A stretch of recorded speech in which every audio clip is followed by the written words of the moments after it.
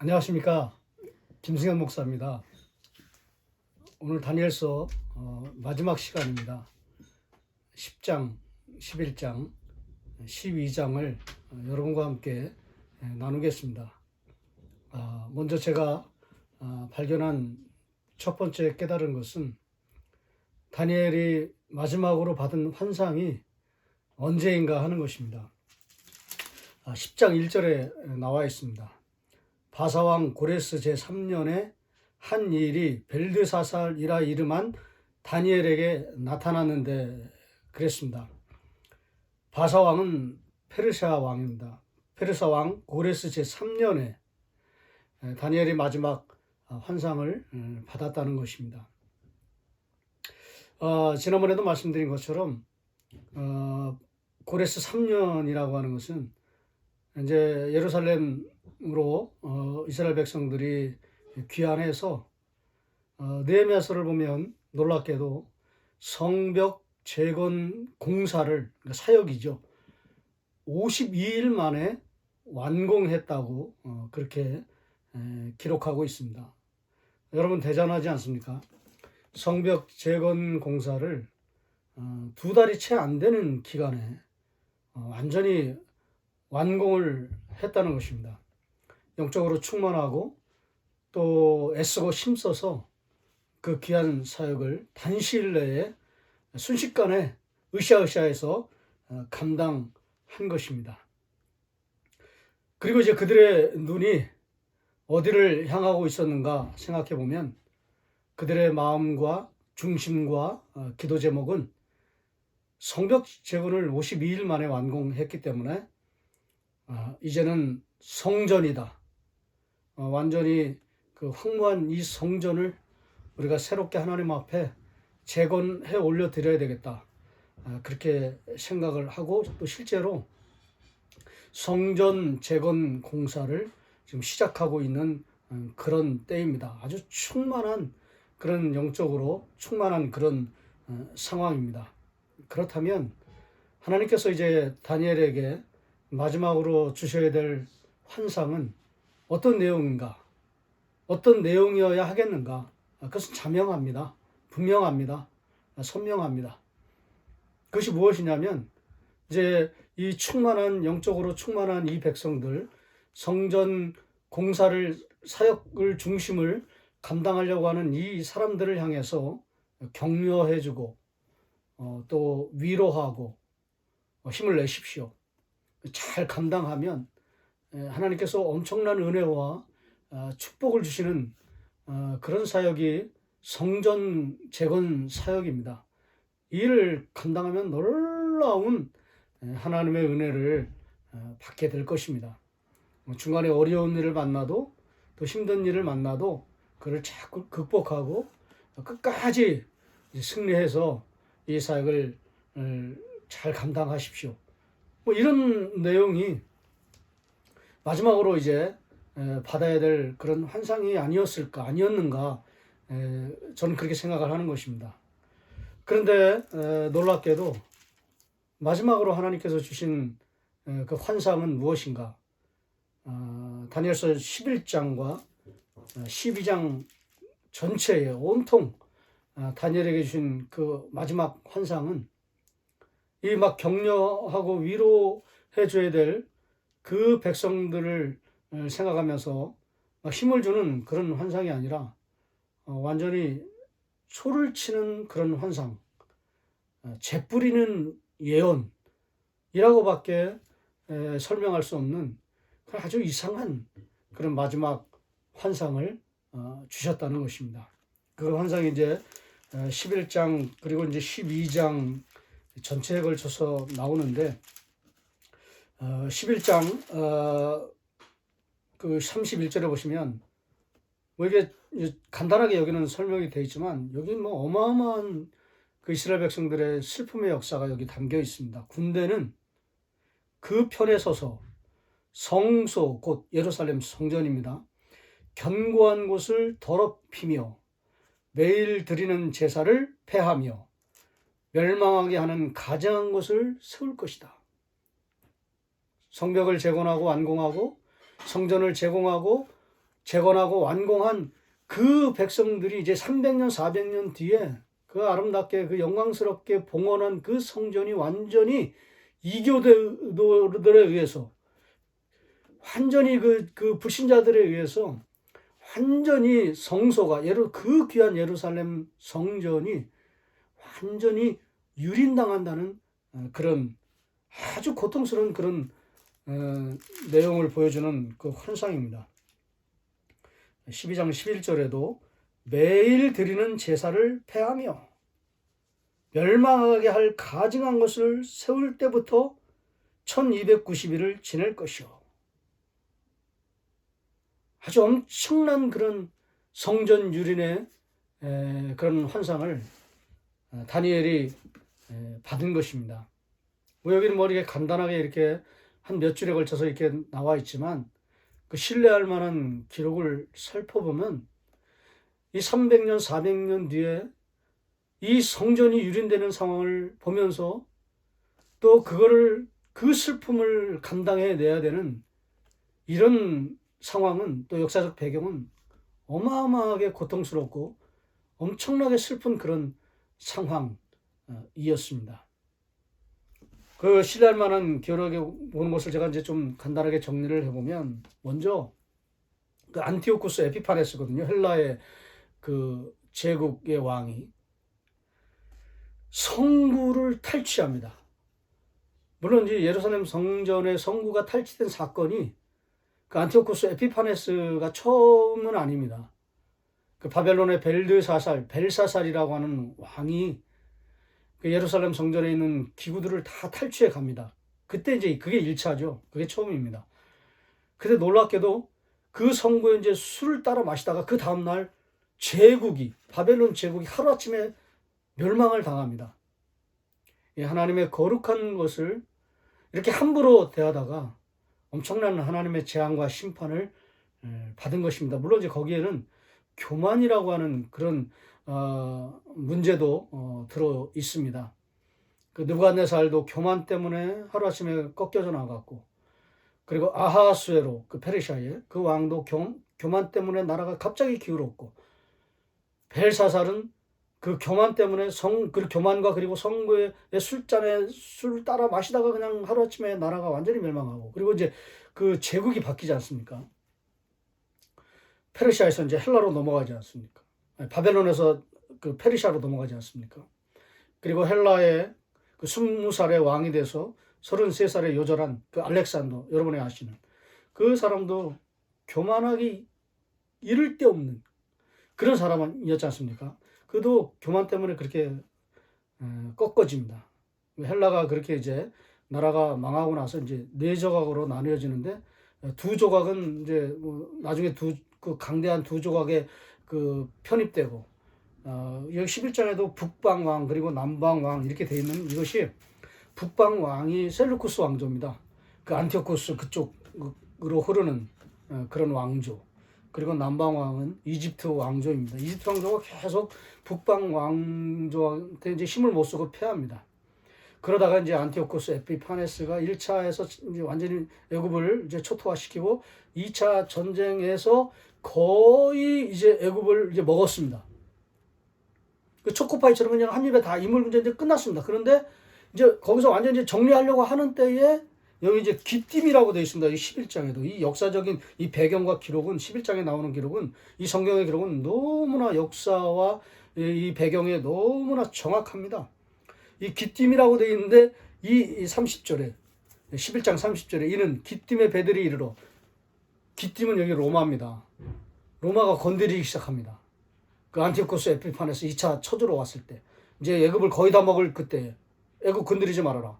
그럼 내가 너희들을 망하게 할 것이다. 막 쫄아가지고 이제 그 다시 이제 마게도니아로 이제 돌아가다가 너무 화가 나니까, 이 사람은 이제 분노 조절 장애자입니다. 너무 화가 나고 막 이제 조절을 하지 못하니까 이제 예루살렘에 들어가서 엄청난 그런 그 성전을 유린하는 짓을 저지르게 된 것입니다. 유대인들이 그렇게 부정하다 여기는 것들, 돼지, 여기는 이제 돼지지 않습니까? 매일 드리는 제사를 폐하며 멸망하게 할 가증한 것을 세울 때부터 이렇게 돼 있고, 그리고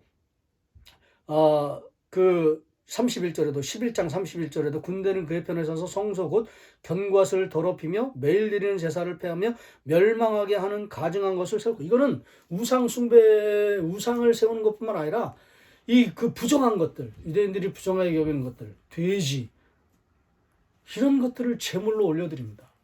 성구를 탈취하고, 그리고 부정한 것들을 제물로, 그리고 이제 정결한 것들을 이제 제물로 올려드렸지 않습니까? 유대인들은 그런 것들을 다 완전히 그냥 무시하고 다 없애버리고 다 폐지하고 율법책을 불태워버리기도 하고, 심지어는 할례를 건드립니다. 할례를 다 못하게 하고, 그리고 이제 경건한 그 여인들이 자녀들을 이제 기도하면서, 우리로 치면 이제 세례 아닙니까? 그 할례를 거행하는 그 자리에 들이닥쳐서 부녀자들을 다 죽이고 살인하고 살육하고 도륙하고, 그 어린아이들을 이렇게 끈에 매달아 가지고 이렇게 죽이는 그런 천인공노할 아주 잔인한 그런 짓을 벌인 것입니다. 번제단들이라든가 이런 것들을 다 그냥 부숴버리고. 근데 제가 생각할 때 이 사람이 이렇게 가장 가증하게 한 일은 무엇이냐면, 이제 그 성소와 지성소에 이제 들어가, 거기 뭐 완전히 난잡하게 만든 다음에 그런 것들을 다 채운 다음에, 그다음에 성소와 지성소를 구분했던, 그 가려져 있던 그 휘장을 찢어버립니다. 말년에는 이 안티오쿠스 에피파네스가 이걸 병이 들어가지고, 이제 그것도 이제 징계의 하나의 수단이었죠. 재앙이었죠. 말년에 막 병이 들어서 시름시름 앓다가 내가 너무 큰 죄를 졌다고, 자기 아들한테는 절대 이런 짓은 너는 하지 말고 회개하라, 먼저 그런 부분이 나오긴 나오지만, 이 사람은 이렇게 큰 엄청난 죄를, 이런 유린을 성전에 가한 것입니다. 300년 400년 뒤에. 지금 다니엘에게 마지막으로 보여주는 환상이 이런 환상입니다. 지금 막 한참 열의에 들떠서 성령 충만하고 영적 충만해서 성벽을 막 순식간에 완공해버리고, 이제 성전을 향해서 막 으쌰으쌰 하면서 이제 성전을 건축하는 이들에게 위로하고 격려해주는 그런 환상이 아니라, 자기가 알지도 못하는 그런 백성들입니다. 성도들입니다. 그런 사람들입니다. 더군다나 여기는 여기도 몇 명 남지 않았습니다. 제가 지난번에 말씀드린 것처럼 고통하는 이스라엘 백성들 향해서 떠나지 않았던 다니엘, 그 몇몇 안 되는 사람들을 위해서, 고통받는 자들을 위해서 기도했던 다니엘. 여기 똑같습니다. 여기는 더 험악한 백성들입니다. 완전히 헤매는 사람들. 그 당시에는 구분이 딱 두 가지였습니다. 배교자냐 아니면 순교자냐. 중간은 없었습니다. 그냥 그 결정만, 아주 단순한 결정만 있었을 뿐입니다. 배교자의 길을 갈 것이냐, 아니면 죽음을 각오하고 불사하고 순교자의 길을 갈 것이냐. 거기 흔들리고 어떻게 해야 될지를, 갈피를 잡지 못하고 무엇을 선택해야 될지를 모르는 그 환난받는 300년 400년 뒤에 그 연약한 성도들을 보여주신 것입니다. 왜 보여주셨을까요? 그들을 위해서 기도하는 것이 지금 네가 해야 될 마지막 사명이다. 그게 더 시급한 일이다. 긴급한 일이다. 어쩌면 그게 더 중요한 일이다. 우선순위로 치면 첫 번째로 해야 될 일이다. 라고 하는 그런 영적인 메시지가 흐르고 있다는 것입니다. 두 번째 질문입니다. 그렇다면 다니엘은 이 하나님 주시는 이 기도 제목을 잘 감당했을까? 다니엘은 이걸 어떻게 받아들였을까? 제가 발견한 것은 잘 감당하지 못합니다. 받아들이지 못합니다. 하나님 주시는 이 어마어마한 기도 제목을, 이걸 받고 나서 난 못하겠습니다. 그렇게 말했던 것 같습니다. 10장에 보면 그 몇 가지 이제 10장 15절에 보면 그가 이런 말로 내게 이를 때에 내가 곧 얼굴을 땅에 향하고 말문이 막혔더니 말을 할 수가 없는 것입니다. 기가 막힌 것이죠. 16절에도 인자와 같은 이가 있어 내 입술을 만진지라 아무리 위로해주고 격려해주어도 내가 곧 입을 열어 내 앞에 서 있는 자에게 말하되 이르되 내 주여 이 환상으로 말미암아 근심이 내게 더함으로 내가 힘이 없어졌나이다. 신체적으로 완전히 기운을 잃은 것입니다. 17절엔 더 가관입니다. 내 몸에 힘이 없어졌고 여기 내 몸은 다니엘입니다. 호흡이 남지 아니하였사오니 여러분 호흡이 남지 않았다는 말은 뭐냐? 난 이제는 뭐 죽게 됐습니다. 그런 뜻 아니겠습니까? 내 주의 이 종이 어찌 능히 내 주와 더불어 말할 수 있으리까? 말을 하기 싫다는 거죠. 19절에 보면 이르되 큰 은총을 받은 사람이여 두려워하지 말아라 평안하라 강건하라 강건하라 이 힘을 주시는 것이죠. 그럼에도 불구하고 그가 이같이 내게 말하며 내가 다니엘이 곧 힘을 잃었다라고 그렇게 이야기합니다. 10장 8절에도 그러므로 나만 홀로 남아서 자기 혼자 있다는 거예요. 이 큰 환상을 볼 때에 내 몸에 힘이 빠졌고 나의 아름다운 빛이 변하여 썩은 듯하였고 나의 힘이 다 없어졌나이다. 이와 같은 몇 구절들을 종합해 보면 감당해내지 못한 것 같습니다. 주님, 저는 지금 잘 모르겠습니다. 아니 지금 뭐 이제 막 열의에 가득 차 있는 그 사람들을 위해서 기도하라면 그 얼마든지 하겠습니다. 실제로 지금 2년 막 건축하고 한 7년 동안 성전이 중단되지 않습니까? 저는 이제 그런 걸 대충 그런 거 감이 왔습니다. 감을 잡았습니다. 그런 감각이 있습니다. 영적인 감각이. 그러니까 이제 그런 것까지는 제가 생각해낼 수 있습니다. 그걸 바라볼 수 있습니다. 그렇기 때문에 지금 제가 시급하게 기도할 그 사람들은 이 사람들입니다.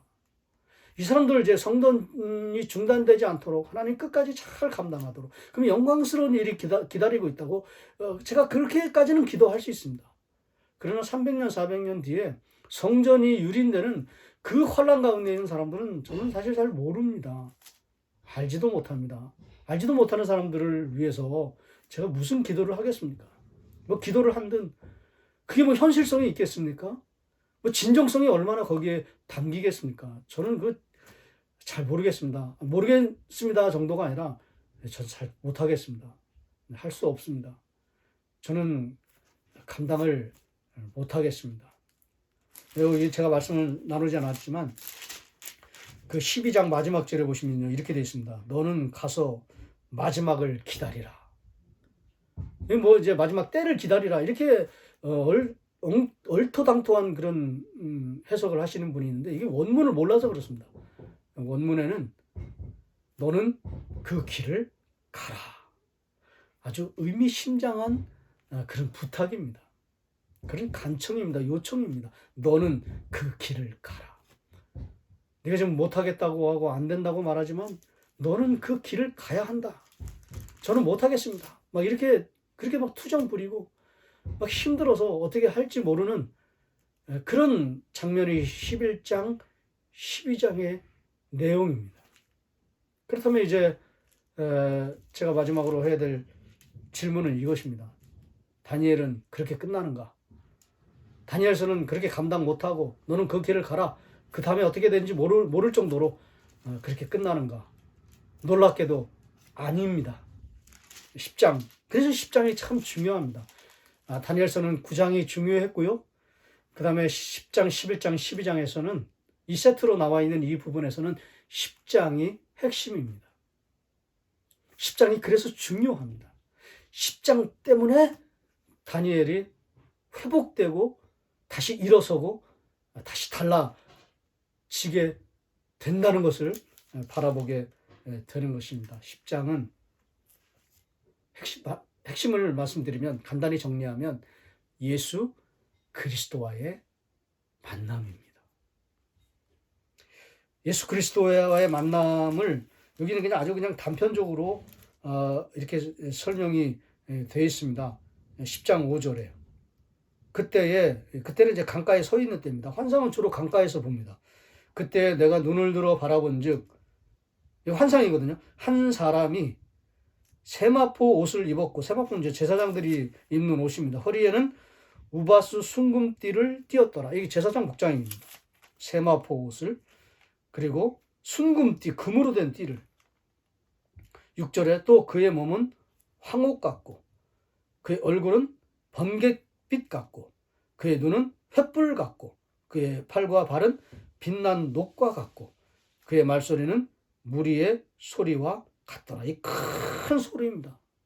아주 영광스러운 광채, 거룩한 옷, 그리고 큰 그런 소리, 그 환상 중에 자기가 전혀 보지 못했던 놀라운 분을 보게 되었다는 것입니다. 여기 사실은 여기 이렇게 나와 있지만 계시록 1장에도 똑같이 나옵니다. 제가 한번 찾아보겠습니다. 계시록 1장 12절부터 16절까지입니다. 몸을 돌이켜 나에게 말한 음성을 알아보려고 돌이킬 때에 7 금 촛대를 보았는데, 촛대 사이에, 촛대는 교회입니다. 인자 같은 이가 발에 끌리는 옷을 입고 가슴에 금띠를 띠고, 여기도 금띠입니다. 그의 머리와 털의 희기가 흰 양털 같고, 여기는 아주 흰 양털 같다고 했습니다. 그의 눈은 불꽃 같고, 여기도 똑같죠. 그의 발은 풀무불에 단련한 빛난 주석 같고, 그의 음성은 여기 보세요. 많은 물소리와 같으며, 여기도 큰 물소리입니다. 그의 오른손에 7뼈리 있고, 그의 입에서 좌우에 날선검이 나오고, 그의 얼굴은 해가 힘있게 비치는 것 같더라. 다니엘이 그 티그리스 강가에서 본 그 놀라운 환상은 계시록 1장 12절에 나오는 것처럼 예수 그리스도였다는 것이죠. 그분이 다니엘을 어루만지고 보듬어주고 격려하고, 그리고 힘을 주는 그런 모습으로, 때로는 걱정하지 말아라, 근심하지 말아라, 힘을 내라, 이렇게 용기를 북돋아주는 그런 말씀을 주셨습니다. 그리고는 그 말씀 속에는 이런 부탁도 있었겠죠. 다니엘아, 300년 400년 뒤에 그 환난받는, 그 고통받는 성도들, 너가 잘 모른다고 그러지 말고 그 사람들을 위해서 기도하라. 나중에 너가 천국에서 나를 만났을 때, 또 그 사람들을 만났을 때, 내가 저 사람들을 위해서 기도했던 거구나, 저렇게 정말 영광스러운 일을 경험하도록 하나님께서 나에게 알지도 못하는 이런 일을 감당하라고 요구하시는 것이구나, 그런 걸 깨닫고, 다니엘아, 힘을 내라, 내가 힘을 줄게, 용기를 내라, 그리고 담대하라, 그리고 그 사람들을 위해서 기도하는 마지막 너의 사역의 길을 힘차게 걸어가라. 이제 마지막 질문입니다. 다니엘은 어떻게 됐을까요? 다니엘은 나 못하겠습니다, 나 죽게 됐습니다, 난 끝났습니다, 그러고 말았을까요? 아니죠. 10장에 이 놀라운 예수 그리스도와의 이 만남, 그 만남을 통해서 다니엘은 회복되었습니다. 제가 그것을 이렇게 마지막으로 발견한 단서가 어디냐면 10장 19절입니다. 이르되 큰 은총을 받은 사람이여 두려워하지 말라, 평안하라, 강건하라, 강건하라, 그가 이같이 내게 말하매. 자, 그 다음에 이게 굉장히 중요합니다. 내가 곧 힘이 나서 이르되 내 주께서 나를 강건하게 하셨사오니. 힘이 나서, 내 주께서 예수 그리스도께서 나를 강건하게 하셨사오니. 뭔가 이제 분위기가 달라진 거죠. 정신을 차린 거죠. 힘이 난 거죠. 뭔가 이제 좀 기분이 막 새로워지고 뭔가 결단이 선 거죠. 열의가 일어나는 거죠. 그 다음에 잘 보십시오. 강건하게 하셨사오니 말씀하옵소서. 아마도 다니엘은 잘 감당했던 것 같습니다. 지금 뭐 막 그 힘이 있는 막 열정적으로 일하는 그 사람들에서 기도 안 해도 돼. 그건 뭐 다른 분들이 많이 할 거야. 근데 너는 지금 그 사람들 말고 300년, 400년 뒤에 예루살렘 성전이 그렇게 뭐 성전 건축하면 뭐하냐. 어차피 또 유린되는데 그때 그걸 감당하지 못하고 막 흔들리고 위태롭고 환난 받는 그 사람들을 위해서 기도해야 된다. 예, 주님, 제가 감당하겠습니다. 그 길을 가라. 예, 제가 그 길을 가겠습니다. 주님이 나에게 힘을 주시고 성령께서 나에게 능력을 주시고 성령께서 나에게 은혜를 강하게 담대하게 주셨기 때문에 또 주께서 그 일을 하셨기 때문에 내가 그 힘에 힘입어 내가 이제는 그 사역을 이제 마지막 그 귀한 사역을 잘 감당하겠습니다. 이게 다니엘서의 결론입니다. 다니엘서는 결론을 말씀드리겠습니다. 다니엘서는 환상의 책을 넘어서 아주 놀라운 기도의 비밀이 담겨 있는 그런 기도의 책입니다. 중보기도의 책입니다. 고통하는 백성들을 위해서 기도하라. 이제 이런 영적인 그런 메시지가 흘렀죠. 지난번에 우리 다니엘서 9장을 보면서 오늘 10장을 보면서 또 12장 마지막 절을 보면서 먼 훗날에 있을 그 고통과 혼란 중에 있는 정말 어마어마한 슬픔 가운데 들어가 있는 그 사람들을 위해서 기도하라. 이런 놀라운 비밀이 담겨 있는 중보기도의 책임에는 틀림이 없습니다. 이 다니엘서가 이제 저와 여러분을 향하고 있습니다. 그 중심과 초점이. 그리고 마지막에 이렇게 질문을 할 것입니다. 다니엘은 잘 갔어. 걱정하지 마. 이제는 네 차례야. 저와 여러분의 차례입니다. 저는 마지막 이 부분을 묵상하면서 저한테도 똑같이 질문했습니다. 승현아, 다니엘은 잘 갔어. 너는 어떨 것 같니? 너는 그 길을 갈 수 있겠니? 조용히 제게 말씀하시는 그 음성을 듣고 저도 부끄럽지만 말씀을 드렸습니다. 대답을 했습니다. 주님 때문에, 주님으로 인하여 저도 다니엘처럼 그 길을 가겠습니다. 이제 제가 여러분들에게 주제넘지만 한 가지 부탁을 드리겠습니다. 여러분도 저와 같이 또 다니엘과 같이 그 길을 걸어가십시오. 강건하게 걸어가십시오. 주의 음성을 듣고 담대하게 걸어가십시오. 당신의 주변에 있는 그 한 사람, 두 사람, 고통하는 자, 혼란받는 자를 위하여 기도하는 중보기도자가 되십시오. 감사합니다.